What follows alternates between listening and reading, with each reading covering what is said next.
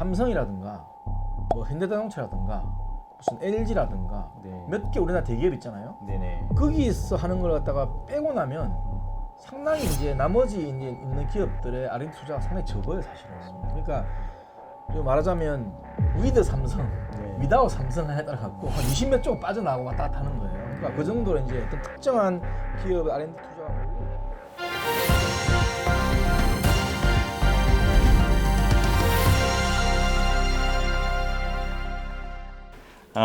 뭐 이상적인 이야기도 아니고 우리 현실에 있는 이야기들 다 알고 있지만 다시 한번 수면 위에 올려놔 보고 같이 좀 한번 토론해 볼 수 있는 주제다라고 생각해서 오늘 요 자료 마련했고 같이 한번 이야기할 수 있는 그 기회로 소중하게 삼았으면 좋겠습니다. 발표 목차 다음은 것 같습니다.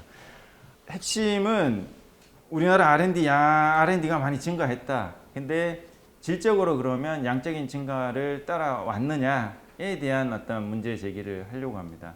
그러니까 질적으로 증가한 게 여러 관점에서 볼 수 있지만 이 성과에 대한 압박 때문에 너무 사업을 만드는 경쟁으로 우리가 지금 많이 치달아왔다.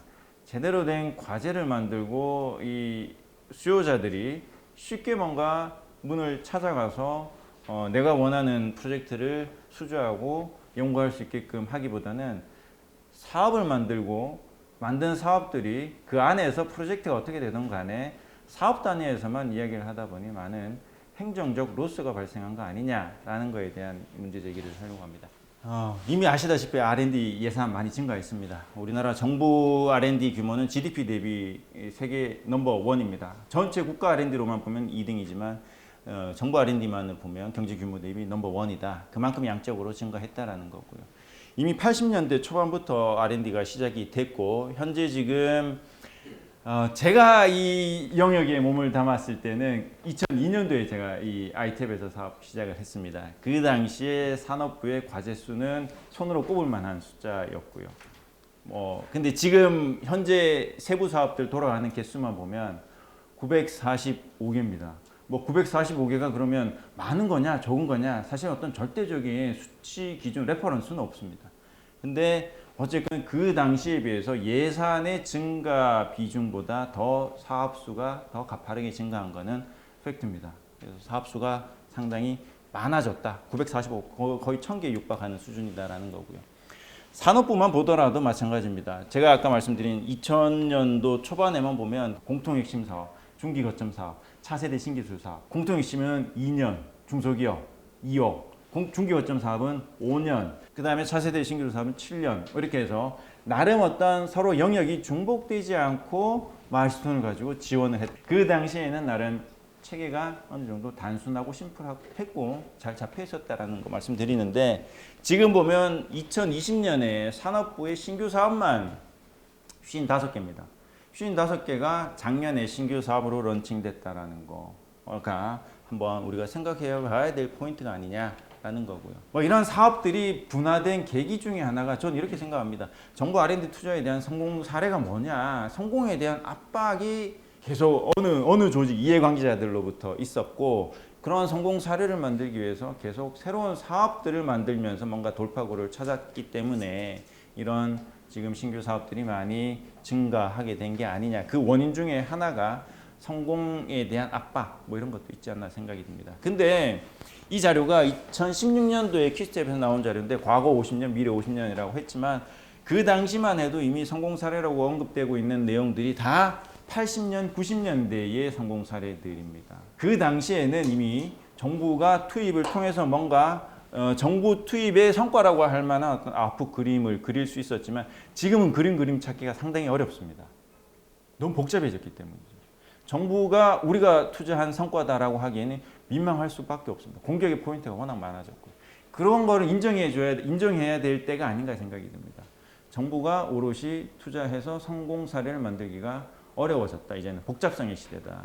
그래서 정부는 마중물의 역할, 이런 기반의 저변을 다이나믹스를 좀 높여주는 그런 역할들을 정부가 추구해 줘야 되는 게 아니냐라는 생각도 이처럼 말씀드려봅니다. 그래서 이런 통합 분화되고 있는 사업들을 통합하기 위해서 노력 안 한 건 아닙니다. 이미 장기 계속 사업 일몰제 2016년도입니다. 2016년도면 이미 지금 7, 8년 전이죠. 6년 전이죠. 6년 전에 이런 일몰제를 도입했습니다. 이미 그 당시에 문제 인식을 했던 거고요. 사업이 너무 많다. 이제 뭔가 교통 정리 좀 해보자. 필요한 것들, 불필요한 것들 이참에 좀 줄여보고 조금 추스리는 작업을 하자라는 취지로 해서 계속사업 일몰제가 도입이 됐었습니다. 결과적으로 보면 신규 연구개발 사업들이 2016년도에 일몰제가 도입되고 나서도 이미 더 많이 사업들이 개발됐습니다. 왜냐하면 일몰을 시키니까 그 파이는 유지하고 싶고 각 부처에서 그 파이를 유지하기 위한 수단으로 새로운 신규 사업을 만들 수밖에 없는 좋지 않은 파급 효과가 만들어졌던 거죠.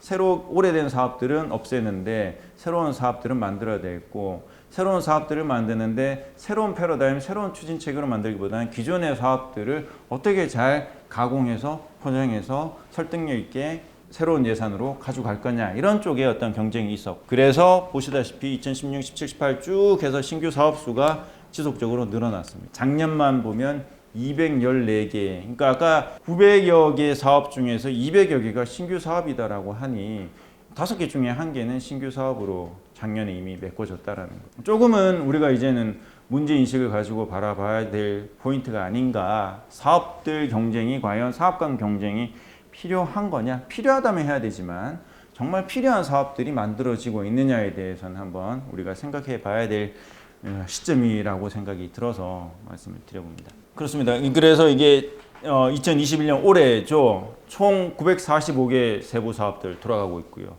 신규 사업들이 246개.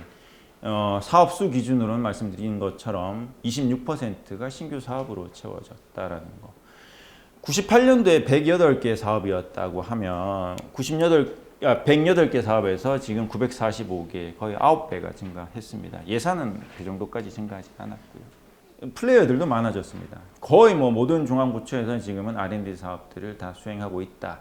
24개 중앙부처에서 R&D를 수행하고 있다는 게 하나의 팩트입니다. 산업부도 현재 지금 진행하고 있는 전체 사업 리스트들 중에서 일부만 그냥 발췌했는데 이런 다양한 사업들이 운영되고 있습니다. 면면을 보시면 규모가 이제 천차만별인 거죠.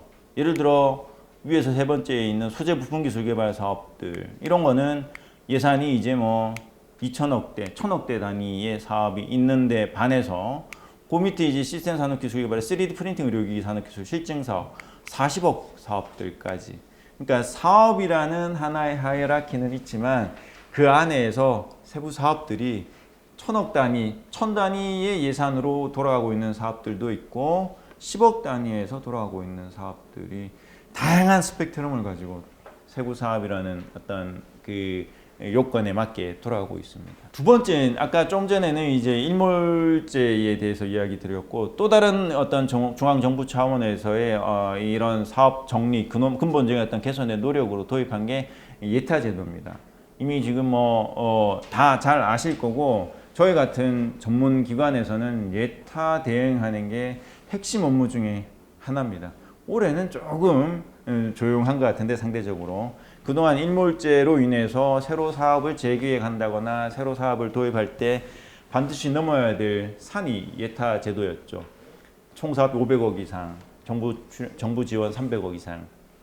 근데 예타 제도에 대해서도 그 취지는 공감할 수 있지만 운영 방식에 대해서 R&D를 수행하는 전문기관 입장에서는 상당히 좀 이슈거리가 있다. 그 이슈거리에 대해서 제가 말씀드리려고 하는 건데요. 우선 이런 예타가 워낙에 많아지다 보니까 그러니까 예타가 많아진 게 파일을 계속 유지를 하거나 확장시켜야 되는 어떤 숙명적인 숙제가 있었던 거죠. 그래서 예타를 대응하기 위해서 용역 과제를 또 발주할 수밖에 없었다라는 거. 그동안 과거 3년간 예타 대응을 위한 용역 발주 내역을 쭉 키워드로 몇 개를 검색해 봤더니 3년 동안 대략 한 120억 정도가 되더라고요. 이 규모가 어떻게 느껴지실지 모르겠지만 이것도 많고 적으면 적지만 세부 사업 하나 돌아갈 수 있는 충분한 양의 어떤 예타 사업이 용역으로 돌아가고 있더라라는 게 하나의 팩트입니다. 두 번째는 제도 자체의 신뢰성 문제입니다. R&D가 과연 측정 가능한 어떤 정량적 수치를 다 도출할 수 있나에 대한 문제점을 제기 한번 해보고 싶습니다. 그러니까 미션이 명확한 R&D 프로젝트라면 그 미션 달성으로 인해서 어떤 비용 편익이 발생하는지 측정할 수 있을 겁니다. 근데 예를 들어 아까 좀 전에 말씀드렸던 소재 부품 기술 개발 사업이다 라고 했을 때 그 소재 부품 기술 개발 사업 안에 다양한 어떤 프로젝트들이 있는데 그 프로젝트들이 미리 예단할 수가 없는 상황에서 어떻게 BCR을 계산할 수 있을까? 어떤 초능력자가 계산할 수 있을까? 근데 그걸 해야만 되는 거죠. 그런 예를 들면 이런 거죠. 기술 수명 기간, 생산자 편익, 미래 시장 규모, 사업 기율, R&D 기율 이런 것들을 하나의 잣대로 쭉 계산을 해 나가야 되는데 어떻게 과연 그걸 할 수 있을까라는 거예요. 예타가 용역 우리가 SOC 사업에서의 어떤 시작을 했다면 R&D 쪽에 적용할 수 있는 영역이 분명히 나뉘어져 있을 거다. R&D 통틀어서 예타를 할 수가 있는 구조는 아니다. R&D 속성을 알다고 한다면 그걸 좀 구분해야 될 필요가 있지 않겠냐라는 이야기를 드리고 싶고요. 세 번째는 이 예타 과정을 초기에 진입하기 위해서는 사업 간 차별성 이슈를 넘어가야 됩니다. 기존에 있는 사업들과 유사 중복성을 어떻게 회피할 거냐. 비슷한 사업은 안 된다는 거예요. 비슷한 사업이 안 된다 보니까 결국은 파생적 사업들이 계속 등장할 수밖에 없었던 중요 핵심 원인 중에 하나라고 저는 판단이 듭니다. 그러니까 비슷한 사업들이 섹터가 다를 때임에도 불구하고 비슷하게 가도 되는데도 불구하고 유사 중복 사업들을 다시 또 파생적인 파생 상품을 만들어야 되는 어떤 숙제가 놓여 있다는 거예요. 그러니까 결국은 이런 예타 제도 때문에 사업이 복잡하게 분화될 수밖에 없었다. 중요 원인 중에 하나가 예타 제도다라고 말씀을 드립니다. 뭐 이런 사례들 몇 개 추려봤는데 용역 공고한 내용들인데요. 용역 예타의 주제를 한번 우리가 확인할 수 있는 내용입니다. 어떤 거는 기초 원천 연구 성과 기반 실용화 사업 뭐 이렇게 예타가 되어 있고요. 어떤 거는 차세대 ACDC 하이브리드 배전 네트워크 기술 개발 사업 이렇게 되어 있습니다. 제가 볼 때 개인적으로 예타에 적합한 어떤 R&D 영역은 이런 내용이죠. 하이브리드 배전 네트워크 기술 개발 사업. 이거는 타깃이 명확한 거거든요. 이 사업에 어떤 소요되는 금액이 500억이 되는지 안 되는지는 차치하고라도 어쨌거나 미션이 명확하고 그 미션 달성으로 인해서 어떤 파급 효과가 있는지를 계산을 할 수 있다는 거예요. 근데 기초 원천 연구 성과 기반 실용화 사업 예타를 대응해야 된다. 베네핏을 어떻게 계산할 거냐? 코스트는 어떻게 계산할 거냐? 이거에 대한 어떤 기대 수익률, 해임 기간 뭐 이런 것들 어떻게 계산할 거냐라는 거에 대해서는 한번 도달하기 어려운 숙제가 아닌가라는 말씀을 드려봅니다. 아까 이슈 중에 부처별로 유사 목적의 사업들이 파생되면서 계속 분화 발전하고 있다 말씀드렸는데 이것도 하나의 사례입니다. 사업화를 목적으로 하는 사업들이 각 부처별로 다 돌아가고 있습니다. 근데 각 부처에서 이런 신규 사업들이 만들어질 때 각 산업별로 어떤 특수성을 반영하면 되는데 기존 사업들과 어떤 차별성이 있느냐라는 문제점을 넘어가기 위해서 계속해서 어떤 세부 유형들이 조금씩 달라지고 있습니다. 그래서 뭐 어떻게 보면 사업화 지원 사업이면 부처와 상관없이 사업화에 최적화된 지원 체계와 방식 기관들이 있으면 될 것 같은데 그게 다 다르게 분화되고 있다는 거예요. 뭐 우리 산업부 입장에서 산업부가 사실 R&D BD 사업이라고 해서 오래된 사업들이 있는데 이게 시간이 갈수록 계속 분화되다 보니까 뭐 최근에는 상당히 다양한 방식으로 유형을 세분화해서 진행되고 있습니다. 과연 그 세분화된 유형이 시장에서 요구하는 유형이냐, 시장에서 필요로 하는 정말 도움되는 형태냐에 대한 한번 퀘스천 마크가 필요한 게 아닌가라는 측면에서 말씀을 드리는 거고요. 중기 부에서 매년 나오는 통합 공고 내용인데 이런 중소기업 대상으로 지원하는 사업들을 쭉 펼쳐놓은 겁니다. 그러니까 이런 우리가 뭐 소위 이런 분류 체계가 효과적으로 됐다라고 하는 게 미시라고 이야기하잖아요. 서로 상호 배타적이고 다 합쳐보면 하나를 전체 설명할 수 있어야 되는 그 기준에 과연 충족할 거냐 우리 R&D의 백화점 판이 메뉴판이 라고 보면 다 대부분 어떤 속성이 명확하게 구분되지 않고 중복되어 있다라고 보여집니다. 그러니까 이상적인 어떤 R&D 수행하는 기관 입장에서 정말 내가 필요로 하는 사업들을 좀 잘 찾아가서 도움을 받고 싶어라고 했을 때 이 집 저 집 다 돌아다닐 필요 없이 요 메뉴판만 보면 내가 찾아가야 될 집은 여기다라고 보여주는 게 제일 이상적이겠죠. 근데 지금은 이 집 가도 되고 저 집 가도 되고 뭐 이러다 보니까 오히려 정말 필요로 하는 사람보다 이 집의 정보도 알고 저 집의 정보도 알고 이 영역에서 놀고 있는 사람들만 쉽게 사업을 수주하고 운영할 수밖에 없는, 그러니까 그들만의 리그로 갈 수 여지도 여기에서 제공한 부분도 없지 않아 있다라고 말씀드려봅니다. 아까 말씀드렸던 세부 사업 단위로 많은 어떤 과제들 관리 포인트가 이루어지는데, 우리가 세부 사업이라고 할 때 세부 사업의 정의, 범위 이게 명확하지는 않습니다. 그래서 여기도 보시면 뭐 과기부에서 이게 설명 자료 중에 하나를 그냥 발췌한 거긴 하지만, 어떤 사업의 세부 사업 단위는 이 방사 광 가속기 공동 이용 연구 지원 이 정도 레벨의 어떤 세부 사업으로 운영되고 있다면, 산업부의 세부 사업 단위로는 소재 부품 기술 개발이 들어가고 있습니다. 레벨이 안 맞는 거죠. 그러니까 세부 사업이라고 하면 최소한 어떤 요건을 갖춰야 된다라는 게 명확한 정의가 있고, 그 세부 사업을 기준으로 이제 예타가 되던 뭐 일몰이 되던 운영이 돼야 될 필요가 있는데, 이 범주에 대한 정의가 모호하다. 그래서 10억짜리, 20억짜리 사업들이 등장하게 되고 1000억짜리, 2000억짜리 세부 사업들이 그대로 운영되고 있는 현실인 것 같습니다. 그래서 뭐 그러면 이런 문제점 제기했는데 그럼 어떻게 할 건데라고 했을 때 한 가지 그냥 아이디어 차원에서 이제 우리 벤치마킹 포인트로 삼을 수 있는 게, 저는 개인적으로 SBIR 프로그램이 아닐까 생각이 듭니다. 어떤 점에서 SBIR을 벤치마킹 해야 되냐라고 말씀드리냐면, 뭐 SBIR 프로그램이 과거에 이게 단계별 지원 프로그램이다, 3단계 지원 프로그램이다라고 해서 많이 벤치마킹해서 이미 우리 사업들이 많이 도입되고 있는데, 그런 것보다 이미 이 SBIR 프로그램은 82년도부터 지금 40년 동안 변한 게 없이 지원되고 있다라는 쪽에 우리가 좀 집중을 해야 되는 거 아니냐. 지속 가능한 프로그램으로서 이 사업이 40년 동안 그대로 유지되고 있다라는 점인 거죠. 사업 목표나 뭐 지원 대상 조건, 과제 선정 기준 변한 게 없습니다. 이미 SBIR 프로그램의 지원 방식은 뭐 1단계의 피지빌리티 스터디, 2단계의 프로토타입 개발, 3단계의 투자자 연계 뭐 이런 내용들은 우리 일반적인 사업 구조랑 대동소이합니다. 이 SBIR의 특이점 중에 하나가 지속 가능한 사업이다. 지속 가능할 수 있었던 이유 중에 하나가 범부처 공통 사업이다라는 거. SBIR을 운영하는 주체는 미국의 우리나라 중소기업부와 같은 SBA입니다. SBA가 전체적인 판을 깝니다.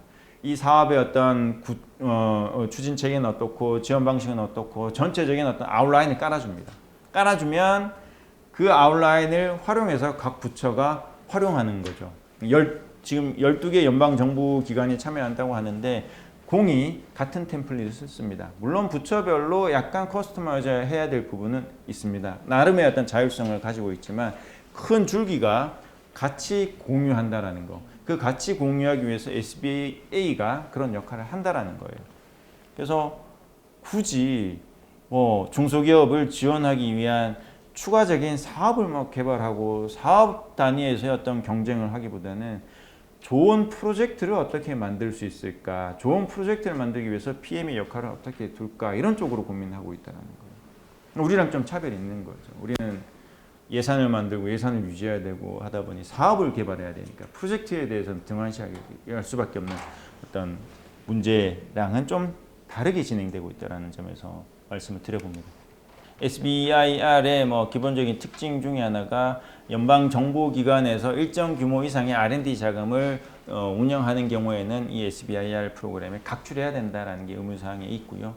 그 각출된 프로그램을 운영하는 방식에 있어서는 중소기업부 SBA가 운영하는 그런 템플릿 제공하는 것들을 활용한다라는 거. 우리나라 출연금하고 동일한 방식으로 그랜트 형태로 지원해주는 거다라는 게 SBIR의 주요 특징입니다. 뭐 우리가 또 SBIR 벤치마킹 사실 많이 했었습니다. 뭐 3단계의 어떤 추진 프로그램 운영 방식으로도 벤치마킹 했었는데, 또 코 SBIR이라고 해서 이미 98년도에 이 SBIR 방식을 도입을 했었지만, 사실은 그 결과물을 보면 SBIR의 어떤 공통된 템플릿을 활용하는 범부처 공통 사업이라기보다는 중소기업을 대상으로 지원해주는 프로그램을 한번 쭉 묶어서 통계적으로 정리하기 위한 하나의 수단으로 활용한 거에 그쳤다라는 점에서 조금 아쉬움이 남습니다.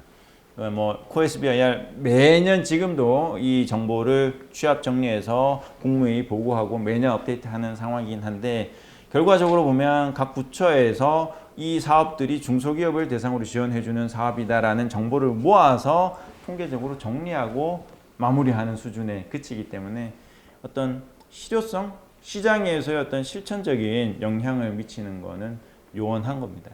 그래서 뭐 통계적으로 정리한 프레임 수준이다라는 제한 사항입니다. 뭐 그렇습니다. 저는 SBIR 프로그램이 어떻게 보면 하나의 중요한 벤치마킹 포인트 대상이 된다. 지속 가능한 프로그램이라는 측면에서. 그러니까 정부 R&D를 조금 이제는 두 개 크게 좀 나누자. 우린 이미 그렇게 나누고 있습니다. 실제 사업을 할 때는 탑다운 과제냐, 바텀업 과제냐 두 개로 나누고 있습니다. 그러니까 탑다운 과제에 대해서는 연구 기획을 하고 사업자 선정하고 이런 식으로 하고 바텀업 과제는 밑에서부터 수요를 받고 있는데 그 다음 절차는 동일하게 갑니다. 그러니까 거기에 저는 탑다운 과제는 사실은 목적이 명확하게 해야 된다. 목적 중심형 사업은 탑다운 과제다. 그래서 탑다운 과제는 미션을 명확하게 주고 그 미션을 달성했는지 여부를 성과 측정할 때 명확하게 하고 그 측정 여부를 가지고 예타나 일몰제 대상으로 해서 계속 수행할지 말지 2단계 사업으로 넘어갈지를 결국은 예타나 여러 가지 관리 포인트 대상이 되는 게 탑다운 방식의 목적 중심형 사업이 될 거고요. 반대로 바텀형 사업에 대해서는 통 건드리지 마라. 시장 중심형 사업입니다. 여기에는 범부처의 어떤 공통 템플릿을 활용하자. SBIR 같은. 굳이 추가적인 사업을 만들기 위해서 노력하지 말고 중소기업을 지원하는 아까 미시적 관점에서 필요한 영역들 백화점식으로 딱 짜서 각 부처에서 필요한 모듈들을 뽑아서 활용하도록 하자라는 게 제 주장의 핵심입니다. 그러니까 사업 경쟁할 필요 없이 또 예타의 대상으로 할 필요도 없이 이 사업은 그대로 지속 가능한 사업이다. 예를 들어 소재 부품 기술 개발 사업이다. 혹은 과거에 뭐 공통핵심 기술 개발 사업이다. 중소기업이 정말 필요한 2, 3년 단위에 필요한 사업들 공통핵심 사업 그대로 가는 거죠. 소재 부품에 대해서는 쭉 그냥 어떤 연속성을 가지고 가야 돼. 그 안에 프로젝트가 과연 제대로 운영이 되고 있는지를 관리 포인트로 삼아야 된다. 사업 관리 포인트냐, 프로젝트 관리 포인트냐라는 거를 목적 중심형 사업이냐, 시장 중심형 사업이냐라고 좀 나눠가지고 운영해야 되는 게 아닐까라고 한번 주장을 해봅니다. 뭐 번데기 앞에서 지금 여기까지 하겠습니다.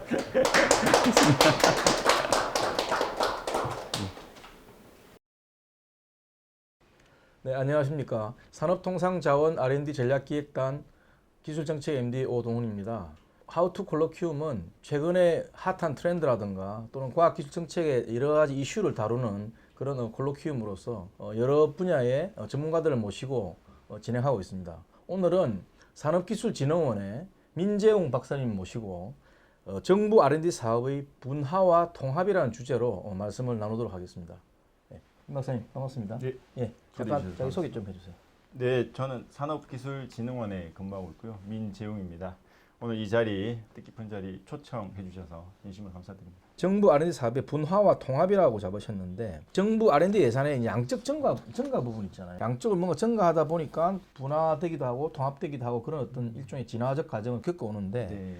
최근 한 10년, 20년 동안에는 우리 R&D 예산의 양적 증가와 관련된 생각이라든가 네네. 국외하고 비교하셔도 좋고 예. 그런 측면 좀 얘기를 나눠봤으면 좋겠는데. 그러니까 뭐 사실은 R&D 자금이라는 거는 많으면 많을수록 좋다라는 건 기본적인 생각인데 사실 우리나라의 R&D 자금은 이미 수년 전부터 양적으로는 전 세계에 내놓으라 하는 세계 탑 수준에 이미 도달하는 거는 사실인 것 같습니다. 이게 여러 가지 객관적인 어떤 팩터로도 증명하고 있고요.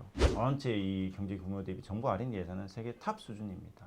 그러니까 이미 탑 티어에 올라와 있는 상황인데 문제는 양이 증가한 만큼 과연 질적인 수준에서 증가한 부분이 뒷받침되었느냐에 대해서 제가 이번 자료에는 좀 문제 제기를 하고 양적인 증가를 유지하는 건 좋다. 근데 거기에 수반되는 질적인 증가까지도 좀 이제는 좀 더 관심을 가지고 바람직한 방향으로 뭔가 개선이 이루어져야 되지 않겠나라는 생각을 가지고 있습니다. 연구개발 집중도라는 개념이 있잖아요. 그죠? 네네. R&D 인텐시티 영어로. 예. 근데 그게 뭐냐면은 전체 GDP 대비해가지고 R&D에 얼마나 투입이 되느냐 이건데 네네. 우리나라가 이제 작년 기준으로 제가 알기로는 4.62%인가 그래요. 네. 이거는 이제 정부 민간 다 합쳐가지고 우리나라 사실은 이제 100조를 넘었잖아요. 100조 시대 이런 말 네네. 하잖아요. 예. 근데 이제 지금 말씀하신 대로 이제 그 양적인 측면 내지는 전체 우리가 가지고 있는 자원 대비 얼마나 R&D를 쓰고 있느냐 이런 측면에서는 전 세계 톱 수준이고 그러니까 네. 지금은 이제 그걸 갖다가 질적으로 한 단계 업그레이드 할 때다. 그게 지금 말씀 요지인 것 같아요. 맞습니다.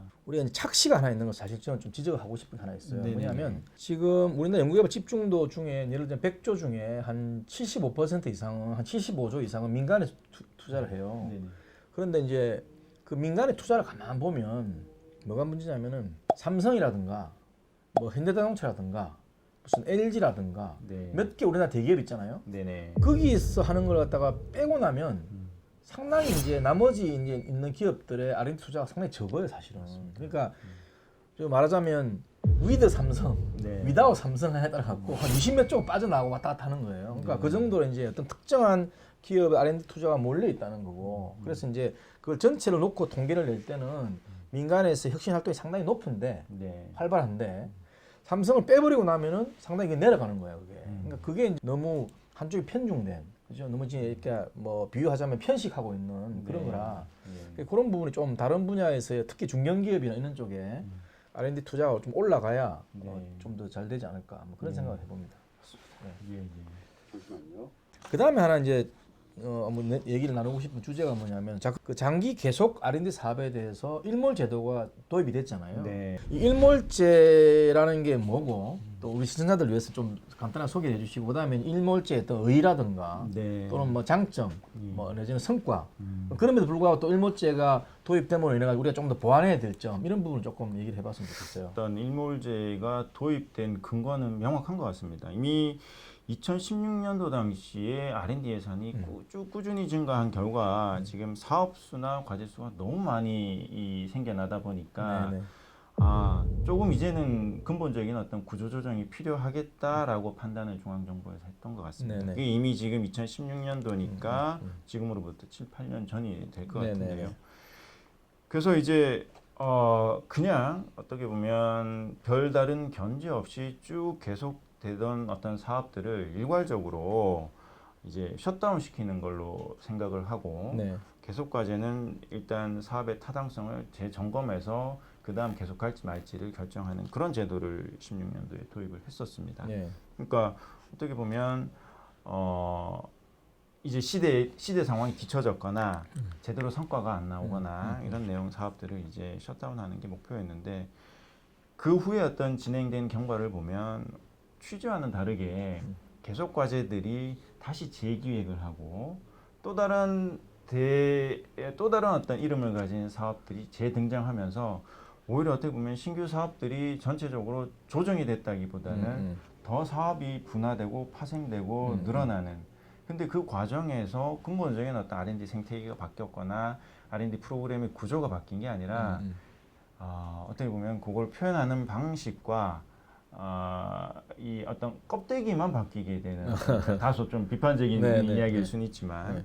근본적인 대책이라고 하기에는 뭔가 파생적 결과만 나오게 된 어떤 지금은 우리가 목도하고 있는 게 아닌가. 네. 그래서 일몰제가 필요로 하는 사업이 있고 네. 또 그 사업의 어떤 속성상 계속 가야 되는 사업도 있다고 봅니다. 네네네. 그러니까 지속 가능한 사업이 있고 뭔가 미션을 명확하게 하고 그 미션을 달성했는지 여부를 체크하고 계속 갈지 말지를 재확인하는 사업이 지금 그런데 그걸 지금은 구분이 안 되고 있지 않아요? 다 일몰시킨 거 아니에요? 그러니까요. 지금 뭐 그 당시에는 일단은 장기 사업이면 일몰 대상으로 다 한 통에 넣고 흔들어 버렸던 거죠. 그러니까 그 안에는 변함없이 지속해야 될 사업도 있었고 말 그대로 이 취지에 부합되는 시대 상황을 고려했을 때 중단해야 되는 그런 사업들도 있었는데 한 통 속에 넣고 흔들다 보니까 계속해야 될 사업까지도 불필요한 어떤 디펜스 논리를 만들고 재기획을 하고 또 다른 사업으로 만드는 어떤 행정력들이 네. 이제 어떻게 보면 생산성이 기하지 못하고 소모되는 그런 이 현상들이 있었죠. 저는 그런 거 보면 항상 느끼는 게, 근데 이제 이게 사실 재정당국의 또 입장도 어느 정도 이해는 가긴 가요. 아마 R&D 사업도 막 뭐 엄청날 거예요, 숫자가. 네. 뭐 6, 700개 아마 될 거예요. 900개 정도 되는 거. 900개 돼요. 네. 그러니까 그 정도로 이제 많이 진짜 많이 늘어나고 분화가 됐고 하기 때문에 네.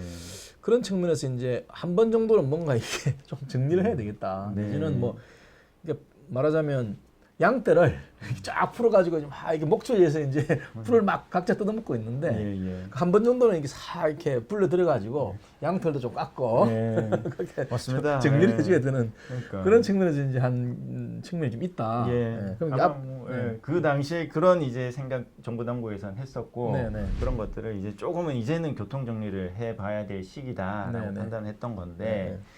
문제는 뭐 아까 말씀드렸지만 그런 취지와 무관하게 오히려 사업 개수가 그 기점 이후로 더 늘어나 버린 거를 보면 다소 조금 취지와 무관하게 운영이 된 게 아닌가. 이게 일몰 제도하고 사실은 불가분의 관계에 있는 게 사실 예타 제도예요. 맞습니다. 예타. 예. 이제 예타를 시행함으로 해가지고 또 이제 어떤 얻는 게 있었고 또 사람들이 또 비판하는 부분도 있잖아요. 네, 네. 숫자가 엄청나게 늘어났다. 뭐 이런 얘기하면서 지금 945개의 세부 사업이 있고 네. 아주 다양하게 진행이 되고 있다. 이렇게 이제 말씀을 하신 것 같아요. 네, 네. 그 예타의 장단점에 대해서 조금 얘기를 해보고 싶은데 긍정적인 효과라면은 말 그대로 기획력이 좀 올라가는 거죠. 아무래도 이제 예타를 통과해야 되니까. 네, 그죠? 네. 네. 그런데 또 반대로 이제 예타의 요건 다시 말씀드려서 뭐 500억 이상의 뭐 자금이 들어가고 정부 뭐 지원금이 300억 이상일 경우에는 예타를 이제 일괄적으로 받게 돼 있잖아요. R&D도. 예. 예.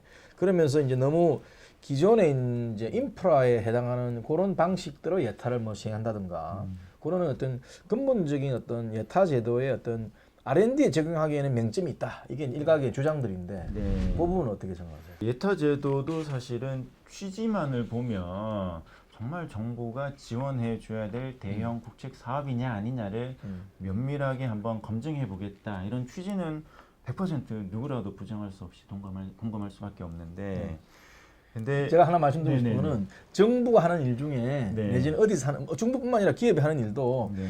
취지가 나쁜 거는 절대 없어요. 취지는 다 좋아요. 그런 어떤 취지에 대한 인정은 분명히 다 공감을 하지만 네. 운영이나 이런 내용을 보면 예타가 사실은 이런 R&D에 최초 적용된 게 아니잖아요. 네, 그렇죠. 대형 어떤 국책 사업이나 인프라 사업들 명확하게 목적이 있고 목적 달성을 위해서 투입되는 비용을 계산할 수 있고 네네. 그거에 대한 효과를 측정할 수 있는 그런 사업들에서 시작을 됐는데 사실 R&D 같은 경우에는 과연 정부가 비용을 측정할 수 있을까 또한 편익을 측정할 수 있을까 미션을 성공하기까지 시간은 얼마가 걸릴까라는 게 너무나 불확실성이 많다라는 네네. 거고 스펙트럼이 넓다라는 네. 겁니다. 근데 이거를 전체 동일한 잣대로 모든 사업 규모가 500억 이상 되는 것들을 일괄적으로 적용하려다 보니 이제 또 문제가 발생하는 거고 그래서 미션이 명확하고 골 세팅이 명확한 R&D 과제면 예타를 적용하는 게 분명히 맞는 것 같습니다. 네네. 근데 그게 아니라 우리가 소위 지금 이제 퍼스트 무버를 가야 된다라고 한 게 한 20년은 되는 것 같은데 네네.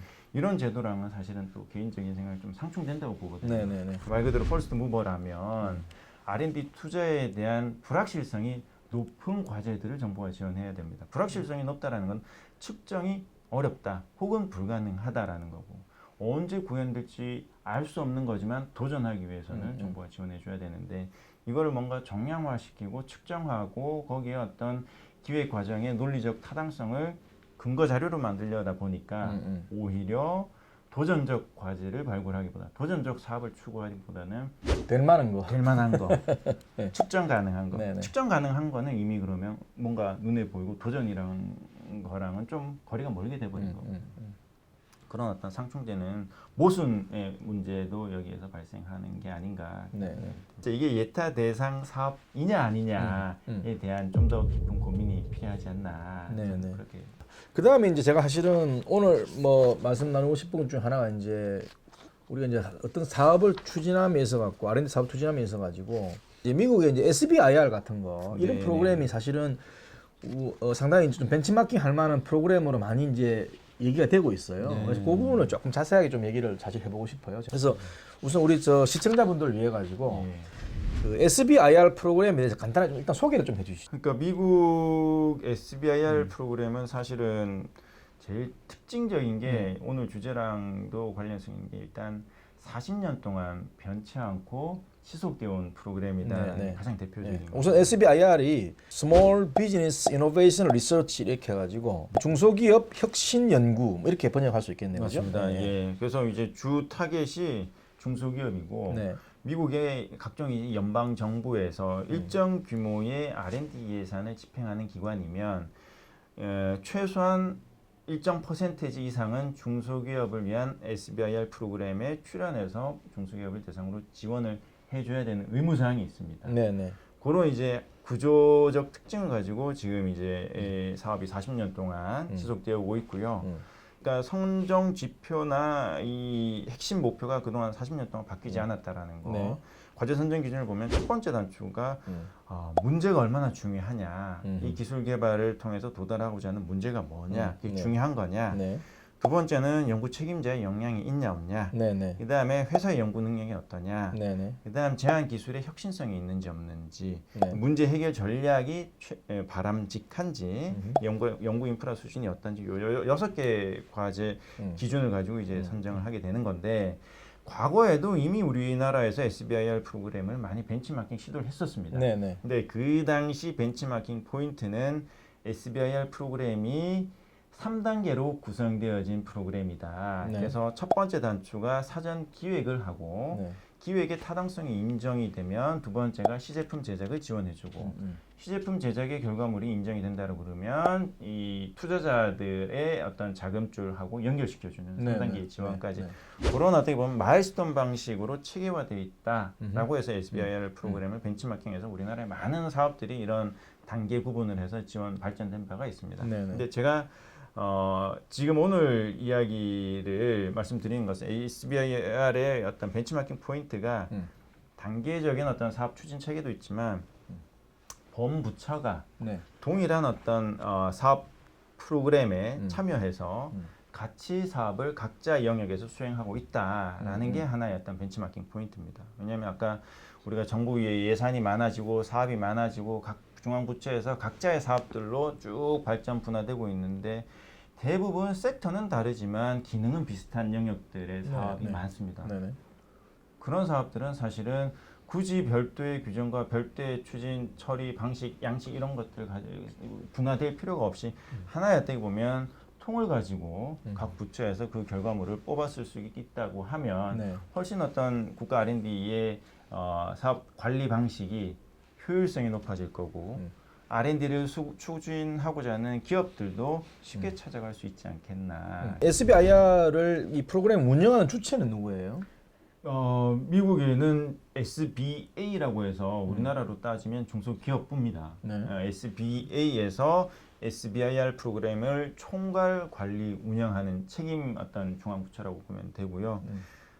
사실 조금 다른 포인트가 그네들이 그래서 직접적으로 SBIR을 운영하진 않는다고 합니다. 그러니까 투자 주체로서 중소기업청이 SBA가 운영하진 않고 이런 전체적인 템플릿을 만들고 성과를 관리하고 프로모션을 하고 이런 역할까지를 SBA에서 네. 관리하고 있다고 합니다. 그러니까 제가 방금 이제 여쭤본 이제 포인트가 그런 건데 이제 사실 이게 이제 이런 방금 설명하신 식으로 되려고 그러면은 그 운영하는 주체의 거버넌스가 이제 그런 식으로 유지가 되거나 해야 되는데 지금 뭐 아시는 바도 우리나라에서는 각 부처별로 또 전문적인 또 이 관리 기구도 있고 다 나눠져 있죠.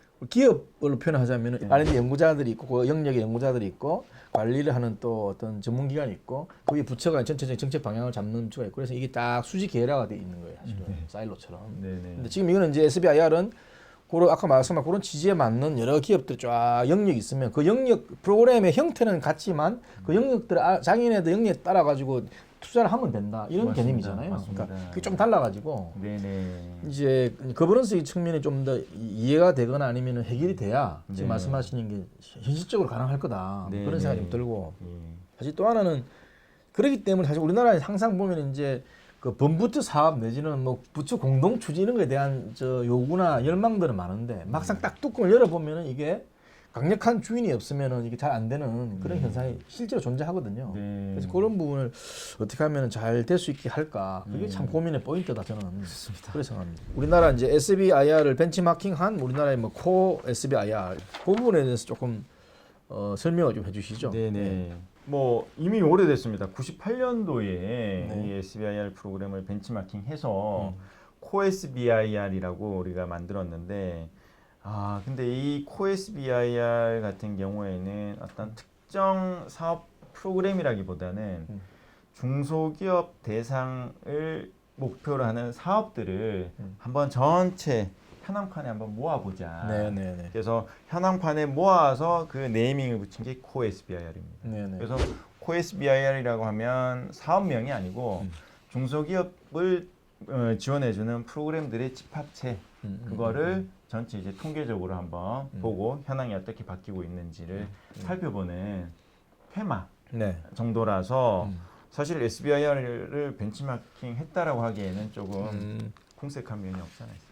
그럼 이 사업별의 어떤 내용들은 다 관리는 다 따로따로 하는 거죠? 다 사실 뭐 네네. 각 중앙 부처에서 별도의 네. 어떤 사업들을 운영하고 있는데 네네네. 그 사업들 중에서 메인 타깃이 중소기업이다라고 하면 이 코SBIR 정리할 때 이런 정보가 넘어가서 코SBIR 통해 그러니까 일종의 뭐냐면은 코 SBIR을 갖다가 이제 관리 내지는 운영한다, 매니지먼트한다. 잘 정리된 룰이 있는 게 아니라 네. 각자 이렇게 뭐 특성에 따라서 운영하는 부처에 따라 다 다르다는 말씀이죠. 그렇죠. 각자의 어떤 사업들 돌아가고 있는데 네. 중소기업 지원하기 때문에 코SBIR 통계판에 한번 모아봐라는 정도로 한계가 있는 거예요. 그래서 R&D 양이 증가하는 건 좋습니다. 근데 질적인 수준을 우리가 고려해야 된다. 그러려면 이제 정부 R&D 사업의 어떤 유형을 좀 두 개로 분리할 필요가 있다. 우리가 이미 익히 탑다운 사업하고 바텀업 사업이라고 해서 크게 이제 이야기를 하고 있는데 거기에 맞게끔 관리 포인트를